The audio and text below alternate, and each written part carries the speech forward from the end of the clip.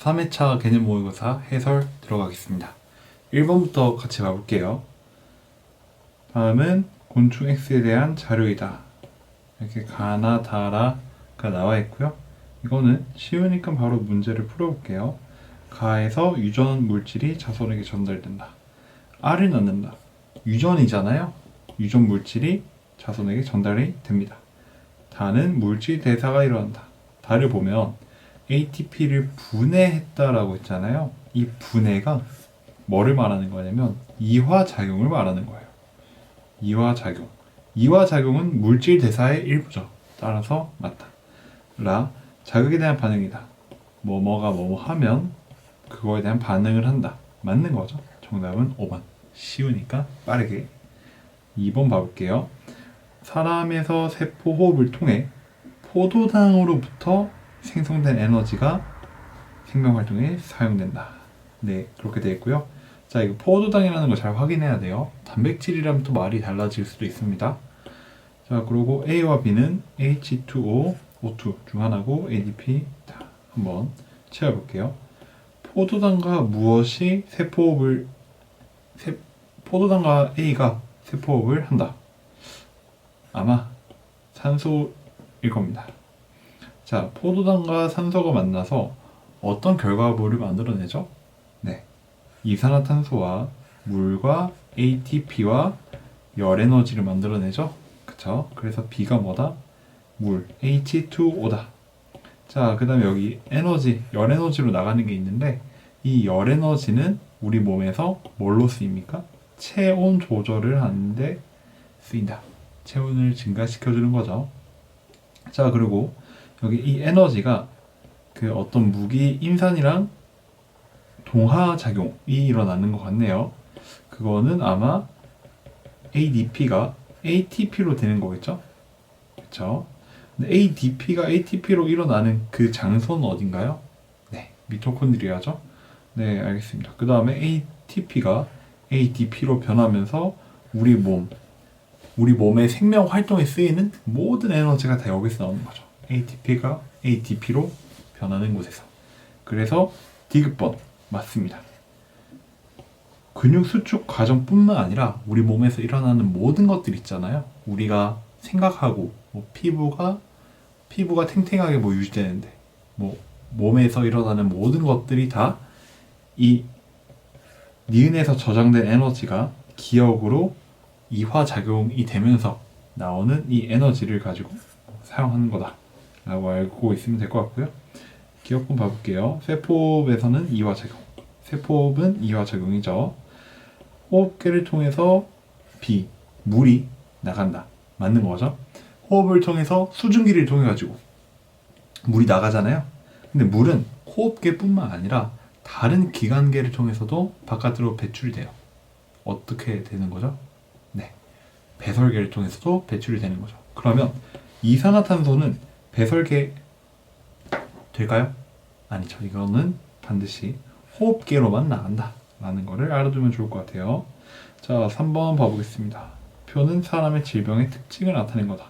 자, 질병이라면 감염성, 비감염성 두 가지로 나눌 수 있어요. 봐보겠습니다. 질병 첫 번째 무좀 있잖아요. 이 무좀은 어떤 병원체에 의해서 나타나는 병인가요? 네, 균류죠. 곰팡이, 균류. 자, 그러고 독감은 바이러스로 인해서 나타나는 병입니다. 바이러스. 그 밑에 남모양 적혈구 빈혈증은 이거는 비감염성 질병이죠. 그럼 자연스럽게 이 위에 있는 거는 감염성 질병이라고 보면 될 것 같습니다. 자, 또한 남모양 적혈구 같은 경우에 유전 문제를 공부했던 친구라면 이거는 유전자 돌연변이죠. 유전자 돌연변. 유전자 돌연변 이거 말고 또 뭐 있나요? 남모양 적혈구 말고? 네, 그런 것들이 있죠. 페니케토조증 아니면 네, 그런 것들이 있을 거예요. 자, 그 다음에 독감 같은 경우에 어떤 특징을 갖고 있나요? 네, 바이러스이기 때문에 스스로 물질 대사 못하죠. 스스로 물질 대사를 못한다. 왜요? 효소가 없기 때문에. 그 다음에 세포인가요? 세포도 아니죠. 그죠? 생물도 아니에요. 자, 그럼 문제 풀어보겠습니다. 기억. 무점의 병원체는 세균이다. 자, 균류라고 해서 세균이 아닙니다. 이 균류는 바이러스를 말하는 거, 이 균류는 곰팡이를 말하는 거예요. 자, 그래서 아니고요. 병원체는 살아있는 숙주 생물에서만 증식 가능하다. 맞는 겁니다. 왜 살아있는 숙주 세포에서만 증식이 가능하냐면 거기에만 효소가 존재하기 때문이에요. 죽어있는 세포 안에서는 효소가 없기 때문에 증식을 할 수가 없습니다. 자, 디귿번. 유전자 돌연변에 의해서 나타나는 질병 중 A가 있다. 맞는 거죠? 정답은 4번이 되겠네요. 자, 그리고 4번 봐보겠습니다. 그림 가는 동물 피의 체세포 분열. 자, 세포 분열은 체세포 분열인지 감수 분열인지 확인하는 게 중요하다고 했어요. 핵 하나당 DNA 양을 나타내었다. 자, 이거 봐볼까요? DNA 양이 여기 2였다가 4로 변하잖아요. 이 과정이 S기 시기인 거죠. 여기가 S기다. 그럼 S기보다 이전인 거는 G1기. 그래서 구간 1은 G1기고 S기가 끝나고 난 다음에는 G2기와 M기겠죠. 그쵸? 간단하죠? 자, 그리고 나는 피체세포 분열 과정의 한 시기를 나타내었다. 자, 여기 보면 염색 분체가 분리가 되고 있는 거잖아요. 그러면 이거는 M기의 후기라고 할 수 있겠습니다. M기의 후기. 가와 나를 좀 연관지어서 생각해보면 이 나는 1번과 2번 시기 중에서 2번에 있다라고 생각을 할 수 있겠죠. 그쵸? 그리고 출제자가 A와 B를 이렇게 표시를 해두는데 이거는 출제자가 문제에서 묻겠다는 말입니다. 그러면 뭘 물을지 일단 먼저 예상하고 가면 문제를 풀 때 조금 더 수월하게 풀 수 있을 것 같아요. 한번 예상을 해볼까요? A와 B에는 유전자가 동일하다. 동일한 유전자를 가지고 있다. 맞는 거죠. 그 다음에 A와 B는 부모에게서부터 하나씩 물려받았다. 아닌 거죠. 그렇게 생각하고 예상을 하고 문제 풀러 가면 될 것 같아요. 볼게요. 기억. 구간 1에는 두 개의 염색 분체로 된 염색체가 있다. 이거는 틀렸죠.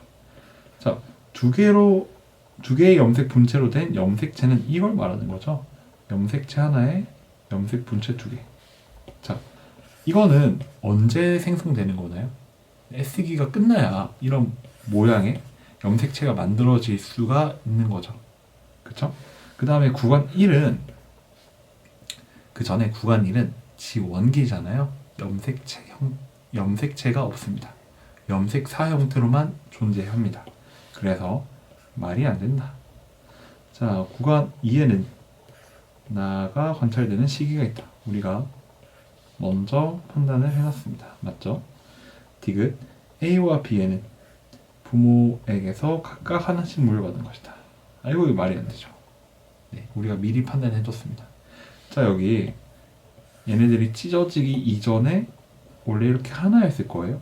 그쵸? 이 하나는 S기를 통해서 이 하나가 이렇게 된 거죠. 그렇기 때문에 각각 부모에게서 하나씩 물려받은 게 아니다 라고 판단할 수 있을 것 같아요. 정답은 니은 2번. 5번으로 가볼게요. 그림은 사람의 혈액순환 경로를 나타낸 것이다. 기억, 니은, 디귿이 간, 콩팥, 폐다. 한번 써볼까요? 기억은 폐, 니은은 간, 디귿은 콩팥입니다. 문제는 이렇게 판단하고 파악하고 바로 가볼게요. 기억으로 들어온 산소 중 일부는 순환계를 통해 운반된다. 이거 맞나요? 네. 자, 맞는 거죠. 폐를 통해서 산소가 피로 들어와가지고 이제 순환을 하다가 나가죠. 니은에서 암모니아가 요소로 전환됩니다. 간에서 암모니아가 요소로 전환되는 거 맞고요. 디귿은 소화기에 속한다. 이거 말도 안 되는 거죠. 자, 어떤 기관계에 속한다 라는 거를 판단하기 위해서는 그 기관이 관여를 하는지 생각해 보면 돼요. 예를 들어서 소화계에 속한다 라고 이렇게 나오면 내가 알고 있는 이 콩팥이 소화에 관여를 하나? 생각해보면 답이 나올 겁니다. 만약에 소화에 관여를 안 하잖아요? 그러면 소화계가 아니에요. 콩팥은 그러면 어디에 관여를 하나요? 배설하는 데 관여를 하죠. 그래서 배설계라고 할 수 있겠습니다. 폐는 호흡하는 데 관여를 하잖아요. 소화하는데 아무런 관련이 없죠. 그래서 소화계가 아니라 호흡계라고 할 수 있고요. 간은 이거는 소화계입니다. 간에서 쓸개즙이 나와서 소화에 관여를 하거든요. 알겠죠? 그래서 소화계에 속한다? 아닙니다. 정답은 3번. 자, 그럼 6번 봐보겠습니다. 6번. 표는 사람의 호르몬과 이 호르몬이 분비되는 내분비샘을 나타낸 것이다. A와 B는 티록신과 항이뇨 호르몬을 나타낸 것이다. 봐볼게요. 자, 갑상샘에서 분비되는 호르몬은 뭔가요? 네, 티록신이죠. 뇌하수체 후엽에서 분비되는 거는요? 네, 항이뇨 호르몬이죠. 자, 그리고 갑상샘 자극 호르몬 TSH는 어디서 분비가 되죠? 그쵸. 이거는 뇌하수체 전엽에서 분비가 된다고 볼 수 있습니다.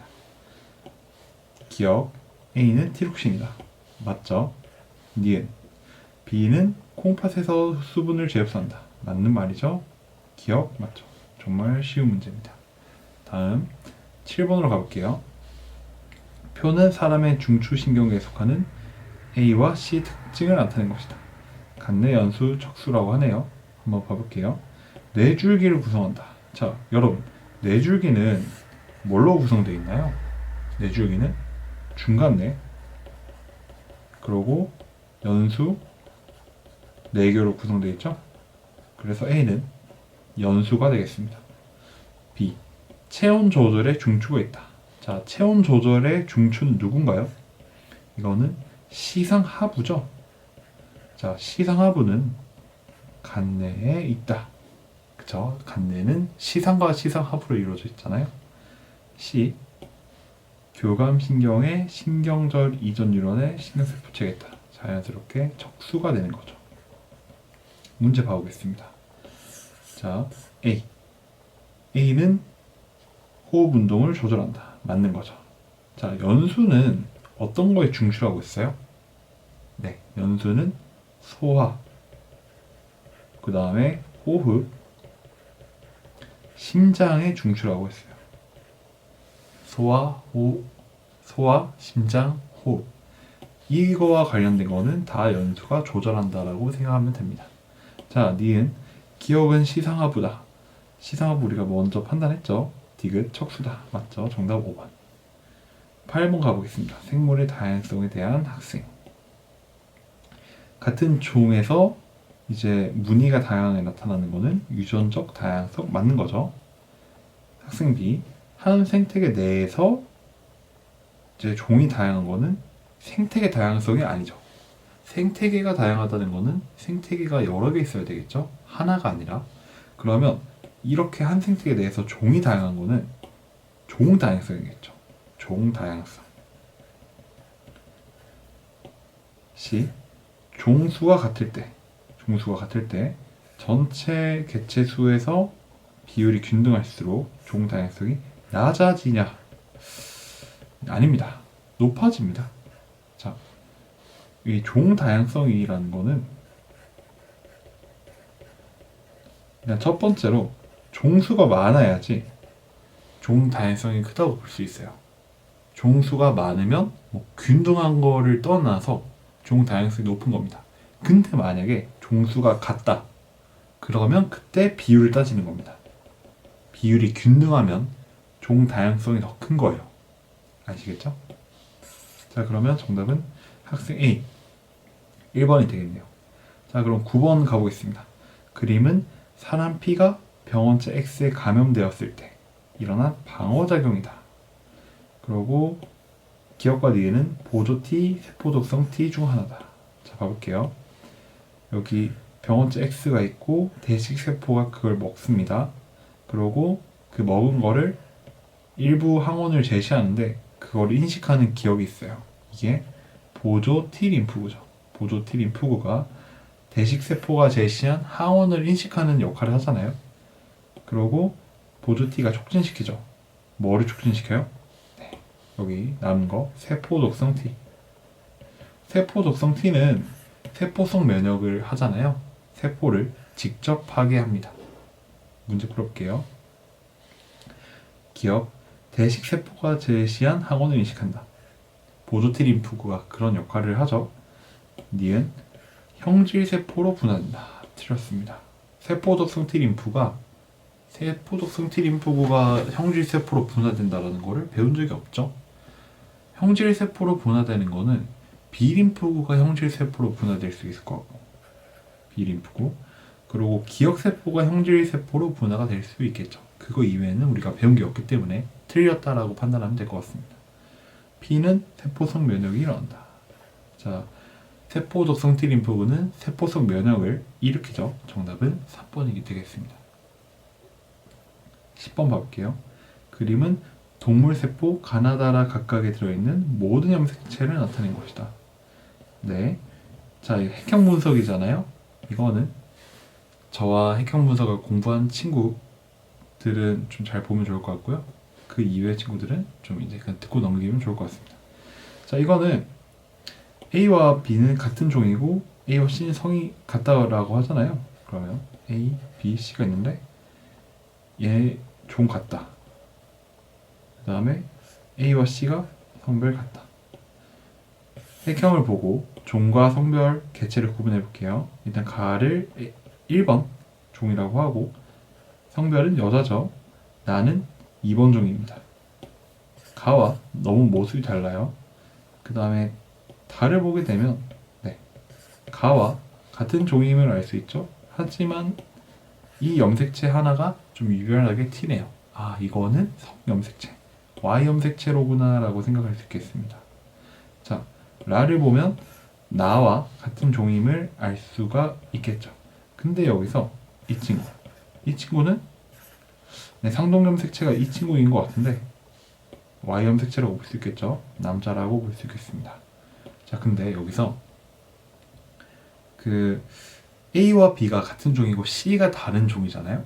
그러면 A와 B가 속한 종에는 개체가 두 개 있겠죠. 1번 종이 A와 B가 속한 종이다라고 판단할 수 있고 2번 종이 C가 포함된 종이라고 할 수 있겠습니다. 그럼 C는 남자이겠네요. 근데 A와 C가 같은 성별이라고 했으니까 다가 A라고 할 수 있겠습니다. 그러면 가는 B라고 할 수 있겠네요. 자, 문제 풀어볼게요. 가는 B의 세포다. 맞죠?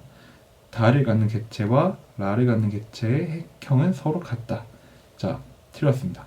핵형이 같으려면 어떻게 돼야 되나요? 핵형이 같으려면 네, 일단 종이 같아야 되고요. 종이 같고 그 다음에 성별도 같아야 돼요. 그리고 돌연변이가 없다는 전제 하에 핵형이 같다라고 할 수 있습니다.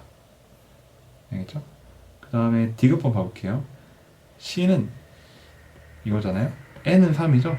그럼 2N은 6입니다. 2N은 6인데 함수 1분열 중기 때 염색 분체 수는 6개가 아니라 12개죠. 6개인 거는 뭐나요? 염색체죠. 염색 분체가 아니라. 그래서 틀렸다. 정답은 1번. 11번 보겠습니다. 그림은 생태계를 구성하는 요소 사이의 상호관계를 나타낸 거다. 여기 보면 기억은 개체군 간 상호작용인 거를 알 수 있고요. 니은은 개체군 내 상호작용, 개체 간의 상호작용이라는 거를 알 수 있고, 그리고 디귿은 뭐죠? 비생물이 생물에게 주는 거니까 작용이죠. 리을은 반작용이죠. 반작용. 기억, 니은, 디귿 봐보겠습니다. 기억은 같은 종의 기러기가 무리지에 이동하는 거. 리더제죠. 이거는 기억에 해당되지가 않죠. 기억은 개체군 간 상호작용이에요. 하지만 이 예시는 개체군 안에서 일어나는 거잖아요. 이거는 기억이 아니라 니은에 해당된다라고 볼 수 있겠습니다. 그래서 기억은 틀렸다.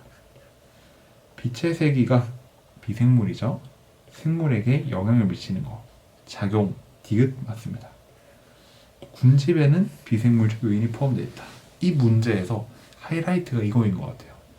우리가 그 개념 공부를 하면서 군집에는 비생물이 포함되어 있냐 라는 거를 배운 적이 있을까요? 저도 없어요. 네, 저도 학생들한테 가르친 적이 없고요. 그러면 이런 식의 문제가 나왔을 때 우리가 어떻게 판단하면 되냐 라는 거를 알아야지 이 문제를 풀 수 있잖아요. 그거는 그 문제 안에서 찾으면 돼요.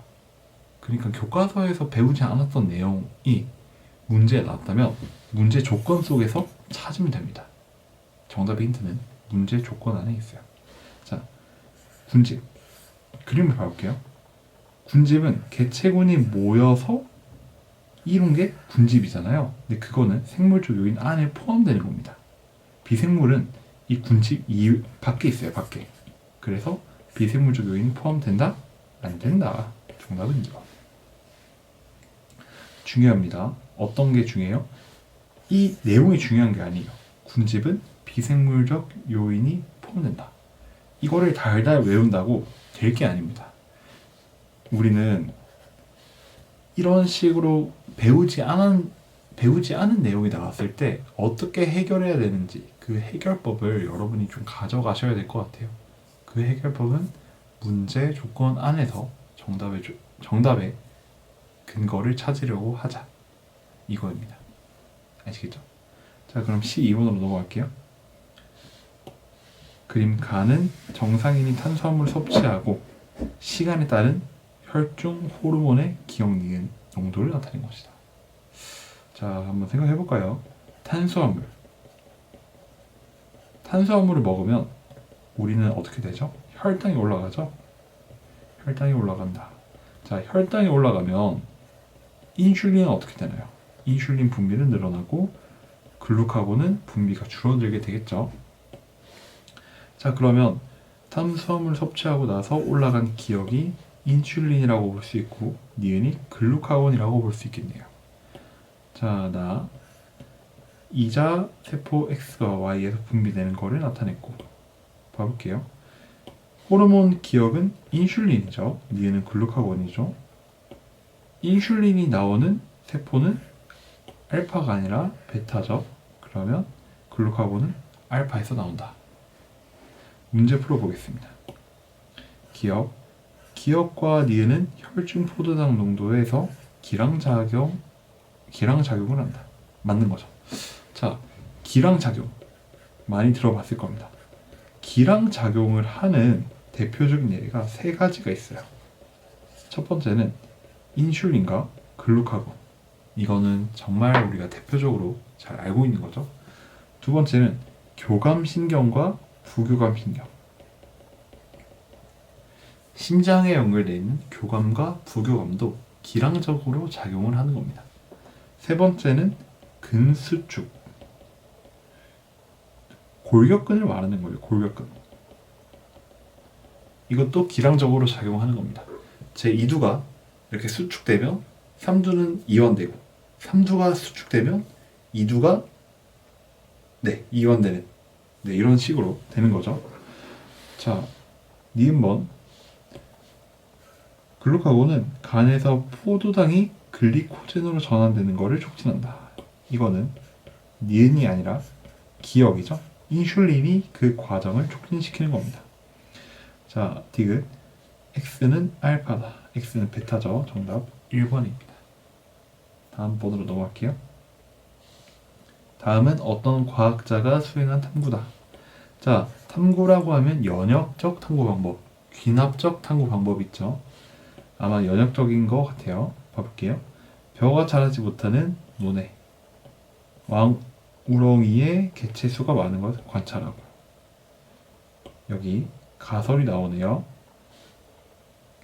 자라를 넣어주면 생물량이 증가할 거다. 자, 이 가설이죠. 여기서 이 가설의 조작 변이는 뭔가요? 자라를 넣느냐 안 넣느냐죠. 이게 조작 변이입니다. 그리고 종속 변이는 생물량 증가죠. 종속 변이. 봐볼게요. 같은 지역에 A와 B가 있는데 A에만 자라를 풀어 넣어주었다. 그러면 A는 대조군이 되나요? 실험군이 되나요? 실험군이 되죠. 왜 실험군이 돼요? 실험군은 어떤 변화를 준 집단이에요. A에만 변화를 줬기 때문에 실험군. 그리고 시간이 지나고 왕우렁이 개수는 적었고 벼의 생물량은 기억이 더 많았다. A, 기억이 더 많았다. 네. 만약에 이 가설이 맞는다면 벼의 생물량이 많은 기억이 A가 되겠네요. 근데 라를 보니까 그 가설이 맞다라고 나오죠. 그래서 기억이 A다라고 판단 내릴 수 있고 니은이 B다라고 판단 내릴 수가 있겠네요. 그러면 기억번 맞죠? 니은번 조작변이는 벼의 생물량이 아니라 자라를 넣었느냐 안 넣었느냐 그 유무를 말하는 거겠죠? 그래서 틀렸다. 디귿번 기억에서 왕우렁이의 개체구는 환경 저항으로 작용했다. 맞습니다. 자, 여기서 환경 저항의 의미를 좀 잘 알고 가면 좋을 것 같아요. 환경 저항은 뭐냐면 개체 수가 늘어나는데 방해되는 요인을 말하는 거예요. 벼의 생물량이 증가하는데 왕우렁이가 방해를 했나요? 방해를 했다는 걸 어떻게 알 수 있냐면 왕우렁이의 개체 수가 감소되면서 벼의 생물량이 늘어났대요. 그러면 왕우렁이가 벼의 생물량을 어느 정도 증가하는 걸 억제했다라고 생각할 수 있겠죠.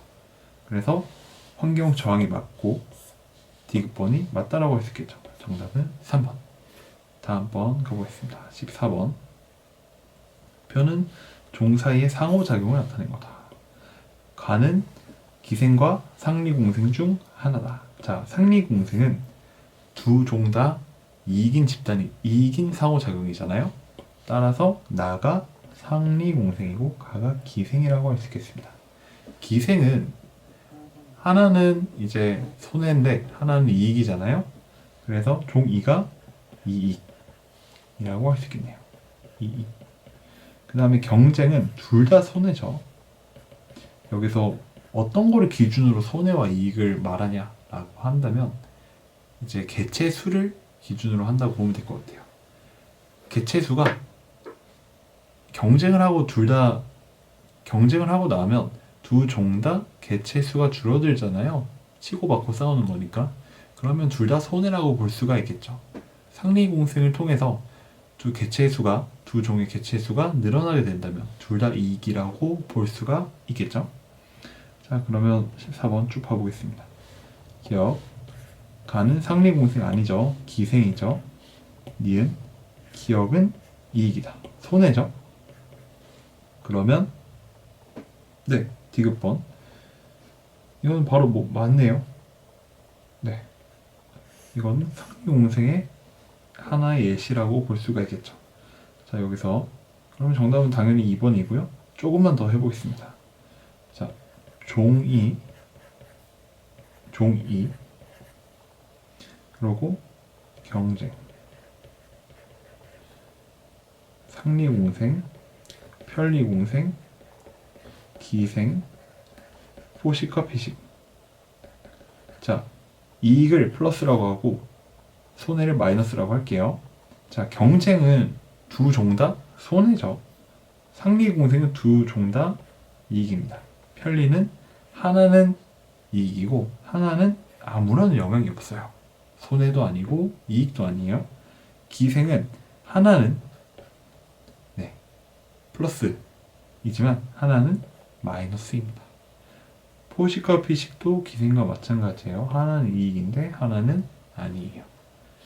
자, 오늘 3회차 개념 모의고사 해설을 해봤고요. 여러분, 그러면 다음 시간에 만날게요. 4회차에서 만나요. 이번에는 4회차 개념 모의고사 해설해 보겠습니다. 한번 봐볼게요. 1번부터. 다음은 벌새가 갖고 있는 생물의 특징을 나타낸 거다. 생물의 특징 6가지가 있죠. 그거에 대해서 말하는 것 같아요. 간은 뭐 하기로 적합하다. 아마 이거는 적응과 진화 이런 느낌이 아닌가 생각이 드네요. 나를 보면 체중보다 많은 양의 꿀을 섭취해서 에너지를 얻는다. 이거는 생물의 특징 6가지 중에서 물질 대사에 들어맞는 것 같죠. 다 짝짓기를 하고 암컷이 낳은 알을 발생과 생장 과정을 통해 성체가 된다. 자, 발생과 생장 바로 나와 있네요. 바로 문제 풀어볼게요. 가는 적응과 진화 맞죠? 나 니은 기억 과정에서 물질 대사가 일어난다. 기억 과정이 뭔가요? 활동에서 필요한 에너지를 얻는다 라고 되어 있잖아요. 근데 우리 생물이 에너지를 얻으려면 ATP가 ADP로 분해되면서 나오는 에너지를 우리가 사용하죠. 근데 ADP가 되는 이 과정이 일종의 이화작용이죠. 이화작용은 물질 대사의 일종이기 때문에 그 과정에서 물질 대사가 일어난다? 맞는 거죠. 그래서 니은번도 맞습니다. 디귿번 개구리 알이 올챙이를 거쳐서 개구리가 된다. 발생과 생장 맞습니다. 내신 공부를 하고 있는 한 학생이라면 개구리 알이 올챙이가 돼서 성체가 되는 이 과정을 발생이라고 배웠겠죠. 그리고 개구리가 자라나는 거, 개구리가 덩치가 커지고 이런 거는 생장이라고 배웠을 겁니다. 네, 이거는 수능을 보는 입장에서는 별로 필요가 없기 때문에 그냥 이런 게 있다라는 것만 듣고 넘기시면 될 것 같고요. 정답은 5번. 2번입니다. 그림은 사람에서 일어나는 물질 대사 과정을 나타낸 거다. 자, 물질 대사 과정이라고 한다면 이화거나 아니면 동화겠죠. 둘 중에 뭔지 봐볼게요. 아미노산이 단백질로 되는 거. 이거는 동화죠, 동화. 자, 나는 암모니아가 요소로 되는 거. 이거는 뭔지 모르겠어요. 이화와 동화 중에서 어떤 건지 모르겠습니다. 물음표. 근데 TMI로 말씀드리자면 암모니아가 요소로 되는 거는 동화 작용의 일부라고 합니다. 근데 그렇게 막 크게 중요하진 않고요. EBS에 좀 간간히 나옵니다. 가에서 동화 작용이 일어난다. 자, 우리가 동화 작용이 일어난다라고 판단을 했죠. 간에서 나가 일어난다. 자, 간에서 암모니아가 질소 노폐물인 암모니아가 요소를 변하죠. 맞습니다. 기본적인 내용이고요. 그리고 포도당이 세포호흡을 통해서 노폐물을 생성한다. 암모니아라는 노폐물. 이거는 틀린 거죠. 암모니아라는 노폐물은 질소 노폐물입니다. 질소 노폐물. 자, 질소 노폐물을 가지려면 질소를 가지고 있어야 돼요. 질소를 가지고 있는 물질을 분해를 해야 되는데 그거는 포도당이 아니라 단백질이겠죠. 아미노산. 아미노산을 가지고 세포호흡을 하면 암모니아가 생성이 되겠죠. 네, 좋습니다. 그 다음에 여기서 또 TMI로 하나 더 말씀드리자면 포도당이 탄수화물로 되는 그 과정, 이것도 동화작용 중 일부죠. 그리고 지방산 있잖아요. 지방산이 지방으로 되는 거, 이것도 동화작용의 일부입니다. 여기가 분자 단위가 더 큰 거예요. 아시겠죠? 자, 그러면 정답은 기억 니은 맞는 4번이 되겠습니다. 자, 3번 가볼게요. 가는 식물 피의 체세포. 자, 체세포가 분열하는지 생식세포가 분열하는지 정확히 판단을 해야지 문제를 잘 풀 수 있습니다. 자, 봐볼게요. 핵 하나당 DNA 양을 가 그래프를 보면 DNA 상대량이 2인 게 1이고 4인 게 2잖아요. 그러면 1은 제 세포 분열 시기에서 G1기라고 할 수 있겠네요. 그리고 2는 G2기 혹은 M기라고 할 수 있겠습니다. 그 가운데 있는 거는 S기겠죠. 나는 P의 체세포 분열 과정 중, 자, P의 체세포 분열 과정 중 관찰되는 A와 B를 나타낸 것이다. A와 B는 전기와 중기 중 하나다. A는 중기예요. B는 전기죠.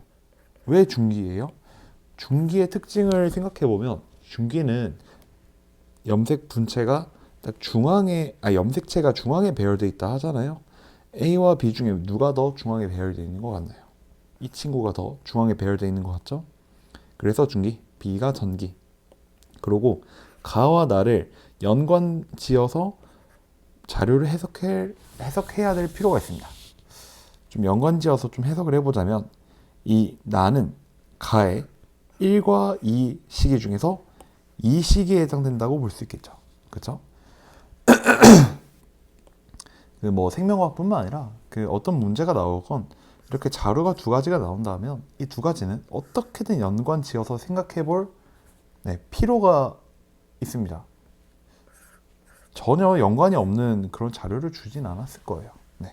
이렇게 연관 지어서 이 자료를 해석할 수 있는 능력이 우리에겐 필요하다. 그래서 최대한 연관 지으려고 하자. 그래서 이다. 자, 문제 풀어볼게요. 자, 기억. 1과 2 시계는 모두 뉴클레어 섬이 존재한다. 이거는 맞습니다. 왜요? 자, 우리가 염색체는 염색사가 응축된 거죠. 그죠? 염색사가 빼곡히 응축된 겁니다. 자, 염색사의 기본 구조. 염색사는 이제 좀 현미경으로 살펴보면 조그마한 뉴클레오솜으로 이루어져 있죠. 뉴클레오솜. 즉 염색사를 가진다고 하면 뉴클레오솜이 있다는 말이고 염색체를 가진다고 하면 뉴클레오솜을 가진다는 말입니다. 여기 지원기 1번 시기에는 지원기잖아요. 염색사를 가지죠. 뉴클레오솜이 있고요. 2번 지투기와 M기 때 염색사와 염색체를 가졌죠. 뉴클레오솜을 가집니다. 그래서 기억번이 맞다. 자, A에서 상동 염색체 접합이 일어난다. 자, 이거를 판단하기 위해서 우리가 첫 번째 조건을 잘 봤어야 되는 겁니다. 체세포가 분열하는 동안. 만약에 여기 체세포가 분열하는 동안이 아니라 생식세포가 분열하는 동안이라고 나와 있다면 A 시기는 맞을 수도 있어요. 생식세포에서는 감수 분열을 하고 감수 제1분열에서는 상동염색체 접합이 일어나잖아요. 그런데 그게 아닌 이유가 여기 있다. 체세포 분열. 그래서 세포 분열이 나오면 체세포 분열인지 감수 분열인지 반드시 짚고 넘어가야 된다라는 거. 그래서 니은번 틀렸고요. B는 1시기에 관찰된다. 자, 우리가 2라고 판단 내렸죠. 자, 정답은 1번입니다. 4번으로 가볼게요. 그림은 사람 몸에 있는 각 기관계의 통합적 작용을 나타낸 것이다. A와 B는 배설계와 소화계를 나타낸 것이다. 한번 매칭시켜 보자면 오줌이 나오는 거는 배설이죠. 그래서 A는 배설. 그 다음에 영양소가 들어갔다가 소화가 되고 소화가 안 된 물질은 이제 응가로 나오죠. 그래서 B는 소화계다 라고 할 수 있고요. 자, 문제를 풀 때 이렇게 출제자가 기억이라고 표현한 거는 반드시 짚고 넘어가야 돼요. 어떤 의도가 있기 때문에 출제하려고 이렇게 표시를 한 거겠죠. 순환계에서 조직세포에게 가는 물질은 뭘까요? 산소가 있겠고, 왜냐면 세포 호흡할 때 필요하잖아요. 그 다음에 또 세포 호흡할 때 필요한 게 뭐가 있나요? 포도당, 아미노산, 지방산 등의 에너지가 있겠죠. 에너지? 영양소라고 할게요. 영양소. 3대 영양소. 탄단지. 네. 콩팥은 배설계에 속하죠. 맞습니다. 소화계에는 부교감 신경이 작용하는 기관이 있다. 자, 이거 좀 많이 물음표가 떴을 수도 있어요. 맞는 것 같은데 맞다라고 판단하는 그 근거가 약간 좀 희미해서 좀 많이 헷갈리는 친구가 있었을 것 같은데 이렇게 생각을 해봅시다. 부교감의 영향을 받는다. 부교감 신경이 작용하는 기관이 있다. 라는 말은 부교감은 자율신경의 일종이죠. 자율신경의 영향을 받는다라는 말과 똑같고요. 자율신경은 교감과 부교감으로 이루어져 있죠.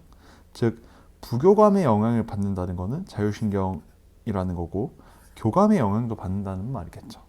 자, 근데 자율신경은 운동신경의 일종입니다. 근데 운동신경은 두 가지로 이루어져 있어요. 자율신경과 체성신경. 즉 운동신경인데 체성신경이 아니면 자율신경이란 말이고 자율신경이라면 부교감의 영향도 받고 교감의 영향도 받는다는 거죠. 그쵸? 자, 그러면 체성이 맞나 아닌가 그것만 판단하면 부교감의 영향을 받는지 죄송합니다. 부교감의 영향을 받는지 확인을 할 수 있다는 말이겠죠. 자, 그러면 체성인지 체성이 아닌지를 어떻게 구분하는지 간단하게 말씀드리자면 좀 깊게 파고들면 좀 어려운데 간단하게 이렇게 생각해 봅시다. 골격근과 연결되어 있느냐? 뭐 교과서나 아니면 학습지를 봐도 네, 체성신경의 대표적인 예가 이거 하나만 나오더라고요. 골격근과 연결되어 있는 운동신경. 그거는 체성신경입니다. 예를 들어서 제가 여기 이두가 있다고 한다면 이 이두와 연결되어 있는 운동신경이 있을 거 아니에요? 그 운동신경은 체성신경이란 말입니다. 그러면 골격근과 만약에 연결되어 있지 않은 운동신경이라면 그거는 자율신경이겠죠. 그래서 반드시 부교감을 가질 겁니다. 자, 그럼 이렇게 배웠으니까 한번 적용해 봅시다. B, 소화계 있잖아요. 소화계 중에서 위 있죠, 위. 위는 골격근인가요, 아닌가요? 골격근이 아니죠. 그럼 위와 연결되어 있는 운동신경은 체성신경이 아닐 거죠? 체성신경이 아니면 자율신경이고 부교감과 교감이 작용하겠습니다. 자, 또 소장. 뭐 소장에 뭐가 나오는지 모르겠지만 뭐 소장은 골격근인가요? 골격근이 아니죠. 그러면 소장이랑 연결되어 있는 운동신경은 체성신경이 아닐 겁니다. 자율신경이겠죠. 그러면 교감과 부교감이 작용하게 되는 거죠. 약간 좀 이해가 되시나요? 네. 그래서 니은번이 맞는 거예요.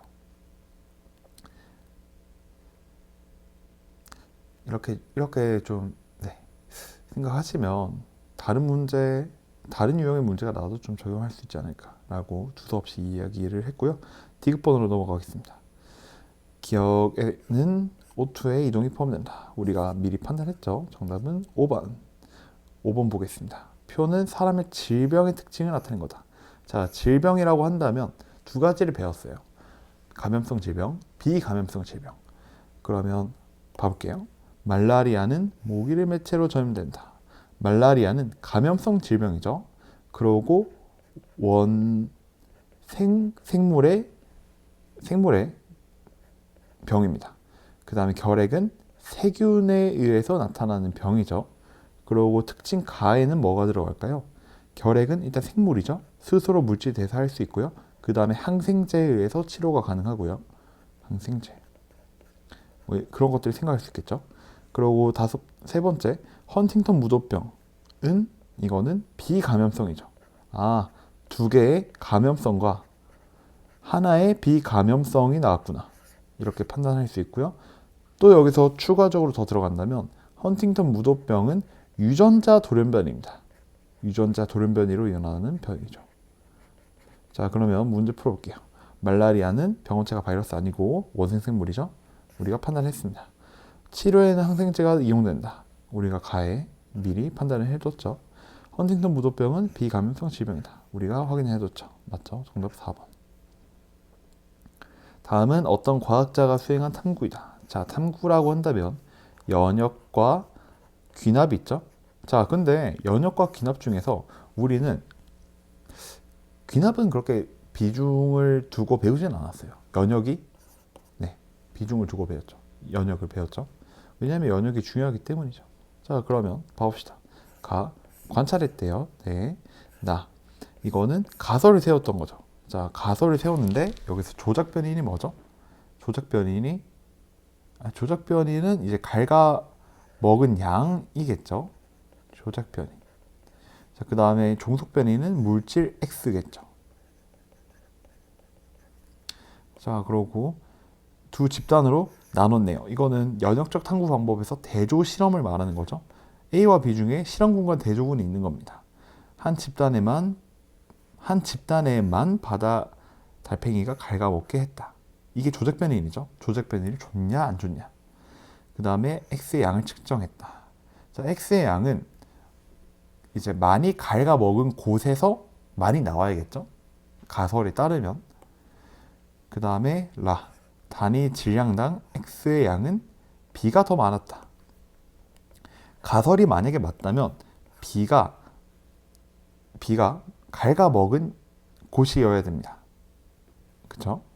그 다음에 말을 보니까 그 가설이 맞다라고 결론을 내렸네요. 그러면 B와 A 중에서 B에서 바다 달팽이가 갉아먹도록 했네요. 네, 그럼 문제 풀어볼게요. 기억은 관찰한 현상을 설명할 수 있는 잠정적 결론, 가설에 해당된다. 맞는 거죠. 다는 대조 실험의 일부이다. 대조 실험이 수행되었다. 맞죠? 여기서 A와 B 중에 하나가 실험군이고 하나가 대조군인데 결론상 B가 실험군이겠죠? 실험군과 A가 대조군. 자, 여기서 실험군과 대조군은 어떻게 나누나요? 라고 물어본다면 실험군과 대조군에서 변화를 가한 집단 있잖아요. A와 B 중에서 누가 변화를 줬나요? 누구에게 변화를 줬나요? B에게 달팽이가 갉아먹도록 했죠. 그쵸? 그래서 B의 변화를 가했으니까 B가 실험군이다 라고 판단 내릴 수 있고요. 디귿. 라의 A는 바다 달팽이가 갉아먹은 갈조류의 집단이다. 아니죠. A죠. 정답은 3번. 넘어가도록 할게요. 7번. 그림은 정상인이 운동하는 동안. 자, 정상인이 운동하는 동안이라고 되어 있는데 배경 지식상 운동을 하면 혈당이 낮아집니다.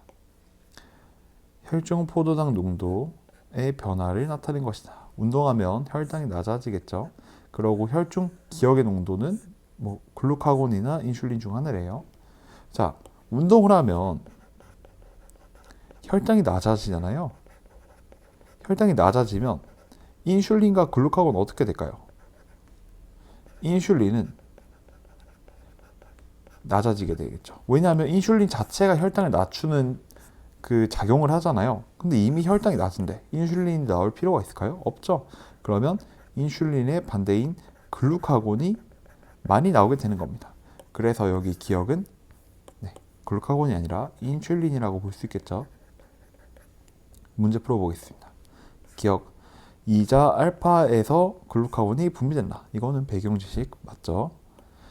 기억은 인슐린은 세포로의 포도당 흡수를 촉진한다. 맞는 거죠. 이것도 배경 지식. 디귿. 간에서 단위 시간당 생성되는 포도당의 양은 운동 시작 시점보다 많다. 운동 시작이 T1보다 많다는 거죠. 뭐가요? 간에서 생성되는 포도당의 양. 자, 이거는 글루카곤의 양이 많으면 큰 거겠죠? 이거는 글루카곤의 양과 비례하죠. 글루카곤. 그럼 생각을 해봅시다. 글루카곤의 양이 많으면 이게 많다는 거니까 글루카곤의 양을 비교해 보면 되겠네요. 운동 시작과 T1. 운동 시작과 T1 중에서 혈당은 어디가 더 높나요?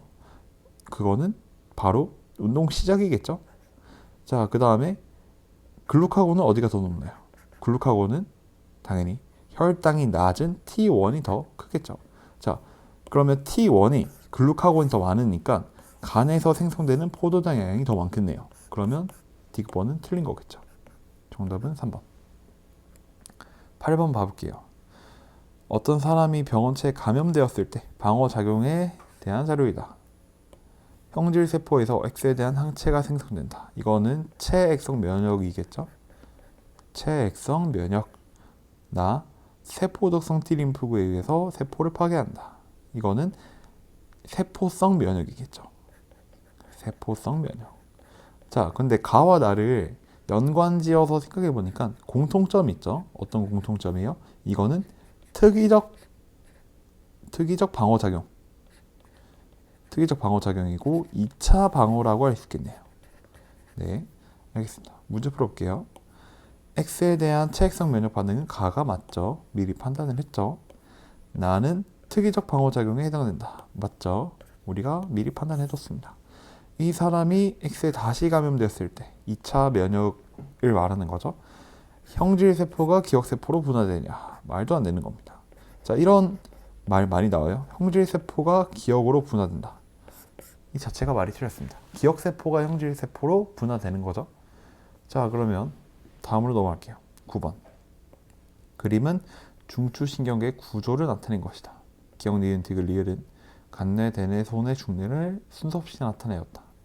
자, 그러고 문제를 풀려면 기억, 니은, 디귿, 리을이 뭔지 우리가 매칭시켜야 돼요. 이거는 아쉽게도 배경 지식이 있어야 되는 겁니다. 그래서 여러분이 내 위치에 어떤 뇌가 존재하는지 판단이 잘 안 된다고 한다면 공부를 좀 하셔야 될 것 같지 않나 라고 조심스럽게 말씀드릴게요. 자, 일단 리을은 대뇌죠. 그리고 기억은 간뇌, 니은은 중간뇌, 디귿은 소뇌입니다. 자, 그럼 문제 풀어볼게요. 기억은 중간뇌 맞죠? 그 다음에 니은, 디귿은 몸의 평형 유지에 관여한다. 맞는 거예요. 소뇌는 미세수위 운동의 중추죠. 미세수위 운동의 중추. 다시 말해서 중심을 잡거나 아니 평형을 유지하는데 큰 중추 역할을 한다 라고 보면 될 것 같고요. 그 다음에 디귿번. 굳이 이거 기억 니은이 맞다라고 판단했으면 디귿번은 판단을 안 해도 되지만 그래도 봐볼게요. 리을에는 시각기관으로부터 들어오는 정보를 받아들인다. 애매하죠? 뭔가 시각기관? 이거는 중간뇌 아니야? 라고 생각할 수 있을 것 같아요. 네, 그래서 이렇게 좀 중간뇌 아닌가? 디귿이 맞나? 틀린가? 라고 고민하고 있을 때 평가원 사람들은 마음이 착해가지고 자, 너가 디귿을 몰라도 내가 정답을 찍게 해줄게. 선택지를 보니까 기억 니은 맞다고 판단했으면 정답 5번이야. 디귿 판단 안 해도 돼. 이렇게 좀 우리에게 배려를 해주지만 지금은 시험 시간이 아니라 공부하는 시간이 있잖아요. 그래서 디귿을 확실히 판단을 좀 할 수 있어야 될 것 같습니다. 자, 봐볼게요. 리을은 대뇌죠. 대뇌. 대뇌는 어떤 역할을 갖고 있었나요? 아니면 어떤 특징을 갖고 있었나요? 대뇌는 감각의 중추였어요. 감각의 중추. 즉 감각 기관으로부터 들어오는 정보가 다 대뇌를 거친다는 거죠. 자, 그러면 시각 기관으로 들어오는 정보도 결국에는 대뇌로 들어오게 돼 있다. 그래서 맞다라고 판단 내릴 수가 있을 것 같습니다. 근데 이제 만약에 이렇게 선지가 또 구성된다면 또 말이 달라지겠죠. 리을에는 시각 기관으로부터 들어오는 정보를 처음 받아들인 영역이다. 최초로 받아들인 영역이다. 라고 한다면 틀릴 수가 있겠죠. 뭐 중간뇌를 거쳤다가 대뇌를 갈 수도 있으니까. 근데 아무튼 디귿번은 맞다. 정답은 5번입니다. 10번 봐볼게요. 이거 핵형 분석이 개념 모의고사에 나왔네요. 약간 양악하는 느낌으로 나왔군요. 한번 봐볼게요. 그림은 서로 다른 동물 이에는 ABC가 있고 서로 다른 종이라고 했으니까 종 구분해야겠죠. 그 다음에 모든 염색체를 나타냈고 A는 2개, A와 B는 성이 다르다. 핵형 분석은 종 구분, 성별 구분, 개체 구분하면 되니까 한번 바로 문제 풀어볼게요. 가는 일단 1번 종이라고 하겠습니다. 그 다음에 성별은 어떤가요? 다 상동 염색체가 크기와 모양이 똑같죠? 여자라고 할 수 있고요. 나는 가랑 또 많이 다르죠? 모양이 다르기 때문에 다른 종이라고 할 수 있겠습니다. 2번 종이라고 할게요. 그 다음에 다를 보면 가와도 염색체 모양이 다르고 나와도 달라요. 그래서 다를 3번 종이라고 하겠습니다. 근데 3번을 보니까 달을 보니까 EN이긴 한데 염색체 하나가 좀 다르죠. 그럼 얘가 남자겠구나라고 판단을 내릴 수 있을 것 같습니다. 그 다음에 라를 보니까 가와 다와 염색체 크기와 모양이 다르죠. 그래서 2번 종이라고 할 수 있겠고요. 라를 보니까 하나만 다릅니다. 요거. 그러면 이건 뭔가요? 이거는 성염색체죠. 라는 남자라고 볼 수 있겠습니다. 자, 그러면 이 나는 라와 같은 개체겠죠? 같은 개체. 그래서 나가 남자라고 할 수 있고요. 자, 그러면 나와 라는 두 개의 개체니까 A라고 할 수 있고 A와 B는 성이 다르다고 했으니까 다가 B가 될 수가 없겠죠? 가가 B가 되어야 된다. 그럼 다가 C가 되겠네요. 문제 풀어볼게요. 가는 C가 아니죠. B죠. 기억은 상염색체이다. 기억을 보면 이거죠. 이거는 상염색체고 이 친구가 성염색체죠. 네, 상염색체가 맞습니다. 다의 성염색체 수는 몇 개죠? 다에서 성염색체 수는 하나, 두 개죠. 나의 염색 분체 수는 6개입니다. 6분의 2로 3분의 1이다. 디귿번 틀렸습니다. 정답 2번.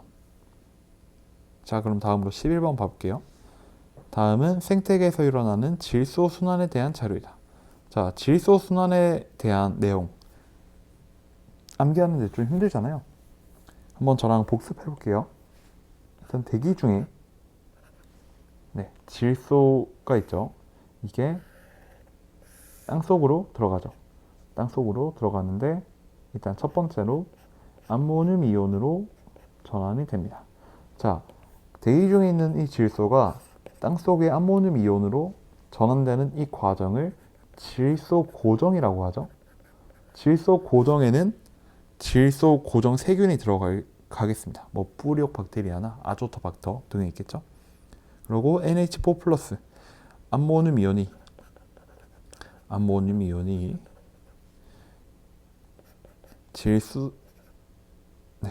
질산 이온으로 변하잖아요. NO3 마이너스 이거를 질산화라고 하죠. 이 질산화에도 질산화 작용에도 질산화 세균이 있습니다. 뭐 질산균, 아질산균 같은 세균이 관여를 합니다. 그 다음에 NO3 마이너스가 다시 대기 중으로 돌아가잖아요. 이거를 탈질소 작용이라고 해요. 탈질소가 아니고요. 탈질산화 작용이다 라고 합니다. 자, 그 다음에 여기서 또 플러스로 더 나가자면 암모늄 이온과 질산 이온이 생산자에게 들어가는데 이거를 질소 동화라고 하죠. 생산자 안에서 단백질을 만들어내는 거. 그 다음에 생산자는 뭐 소비자 분해자를 거쳐서 분해가 되면 그 단백질이 암모늄 이온으로 돌아온다 라는 거를 배웠었습니다. 그럼 문제 풀어볼게요. 기억, 가는 질소 고정 작용이다. 우리가 이거 위에 이거 안 봤죠? 봐볼게요. 토양 속 질산 이온의 일부는 기억에 의해 질소 기체로 전환되어 대기 중으로 돌아간다. 이건 탈질소 작용을 말하는 거죠. 말을 계속 잘못하는군요. 탈질산화 작용. 탈질산화 작용에서는 기억에 의해서 탈질산화 세균에 의해서 되는 거죠. 그리고 니은에 의해 대기 중 질소 기체가 암모늄 이온으로 전환된다. 암모늄 이온으로 전환된다. 이거는 질소 고정을 말하는 거죠. 니은은 질소 고정 세균이 될 겁니다. 뿌리옥 박테리아나 아조토박터. 기억, 가는 질소 고정 작용이다. 탈질산화 작용이죠. 질산화 세균은 B가 A로 전환되는 과정에 관여한다. 질산화 세균은 B는 뭐죠? 암모늄 이온이죠. 암모늄 이온이 이게 되는 그 과정에서 질산화 세균이 관여한다. 맞는 말이죠. 기억과 니은은 모두 생태계 구성 요소 중 비생물 요인에 해당된다. 기억과 니은은 세균이잖아요. 얘는 세균입니다. 세균. 선생님 세균이라는 걸 어떻게 알죠? 여기 세균이라고 적혀져 있잖아요. 자, 세균은 생물이죠. 생물은 비생물적 요인이 아닙니다. 생물적 요인이에요. 그래서 디귿번은 틀렸습니다. 정답은 니은번 2번이죠. 이렇게 질소 순환 과정은 오답률이 생각보다 좀 있습니다. 근데 뭐 문제의 깊이가 엄청 깊다기보다는 암기를 많이 안 해서 그런 거거든요. 그래서 질소 순환 과정에 대한 이 그림을 최대한 암기하면 11번 같은 문제는 어렵지 않게 풀 수 있을 것 같다 라고 이야기할 수 있을 것 같아요. 그럼 넘어갈게요. 12번 가와 나는 정상인의 서로 다른 물에 들어갔을 때 체온의 변화 A와 B의 변화를 나타낸 것이다. 그럼 한번 생각을 해볼까요?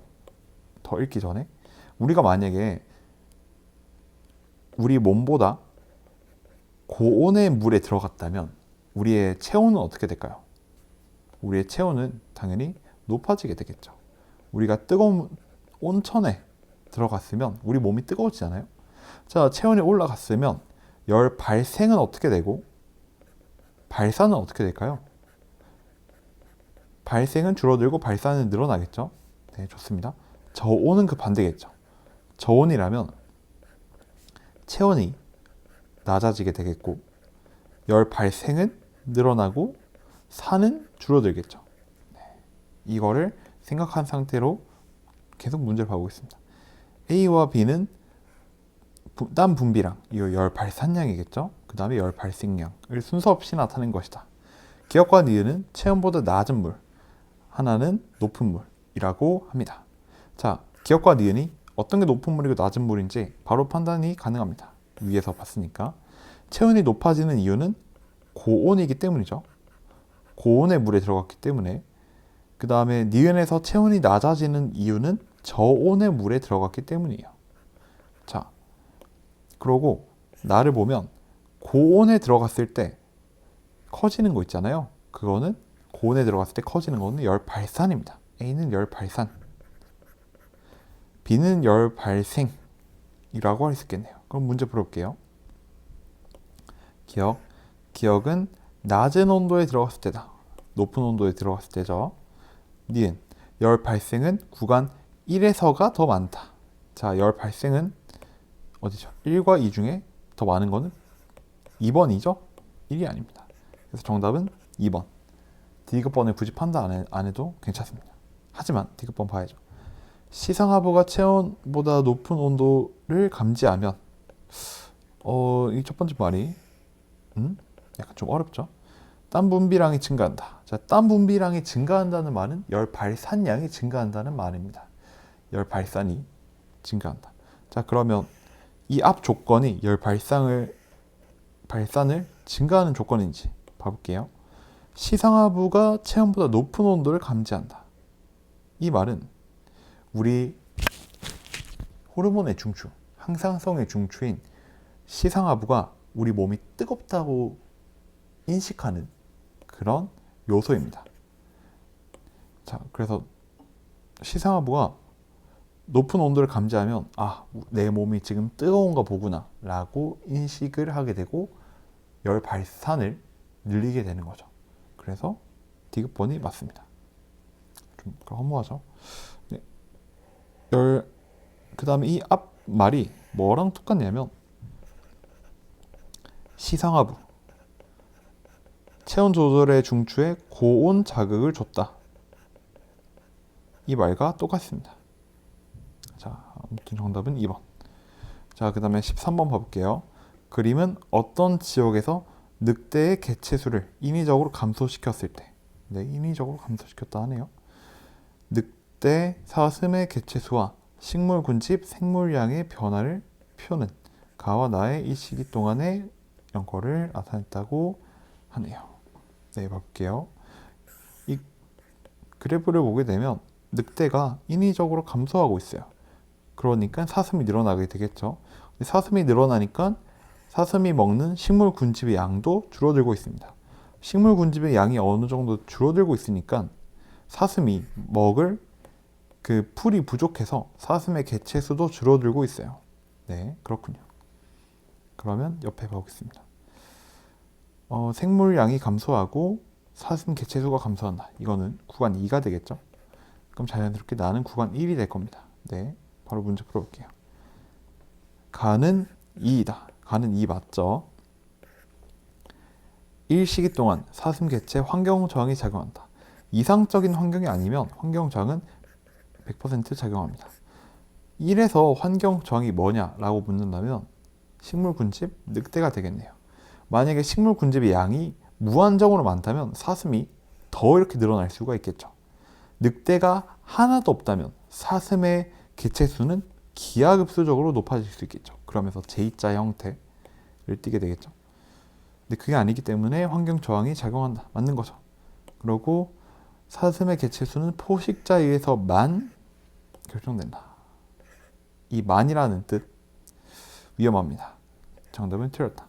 왜냐하면 식물 군집의 양이 줄어든다면 사슴의 양도 줄어들기 때문에 식물 군집의 양도 사슴의 개체 수를 조절하는데 관여를 하는 거죠. 그래서 정답은 4번이 되겠습니다. 14번 봐볼게요. 그림가는 어떤 숲에 사는 새 5종의 서식하는 높이 범위를 나타내는 것이다. 여기를 보니까 X축을 보니까 높이죠. 오른쪽으로 할수록 높이가 높아요. 기역은 되게 낮은 곳에서 살고 미음은 높은 곳에서 사네요. 네, 그렇군요. 나는 숲을 이루는 나무 높이의 다양성에 따른 새 종 다양성을 나타낸 것이다. 나무 높이의 다양성은 숲을 이루는 나무의 높이가 다양할수록 균등할수록 높아진다 라고 되어 있네요. 그렇군요. 네, 그러면 뭐 큰 건 없는 것 같으니까 바로 문제 봐볼게요. 기역이 서식하는 높이는 미음이 서식하는 높이보다 낮다. 자, 기역은 낮은 곳에서 서식하죠. 그러니까 맞는 겁니다. 누구보다 낮은 곳에서 서식하죠. 미음은 굉장히 높은 곳에서 서식하고요. 구간 1에서는 니은과 디귿은 한 개체군을 이룬다. 자, 한 개체군을 이룬다는 말은 같은 종에 같은 지역에 서식하는 말과 같습니다. 근데 니은과 디귿은 같은 종인가요? 같은 종이 아니죠? 왜 같은 종이 아니에요? 서로 다른 5종이라고 했잖아요. 그래서 니은번은 틀렸다. 그 다음에 디귿은 종 다양성은 높이가 H3인 나무만 있는 그룹이 더 높다라고 하는데, 자, 위에서 보면 각 높이의 나무가 차지하는 비율이 균등할수록 나무의 높이가 다양할수록 종 다양성이 크다라고 하잖아요. 네, 그래서 뭐 이건 틀렸다라고 볼 수 있겠죠. 정답은 1번. 네, 이렇게 4회차 개념 모의고사 해설을 해봤고요. 네, 여러분에게 도움이 될 수 있으면 좋겠습니다. 자, 그러면 저는 5회차에서 볼게요.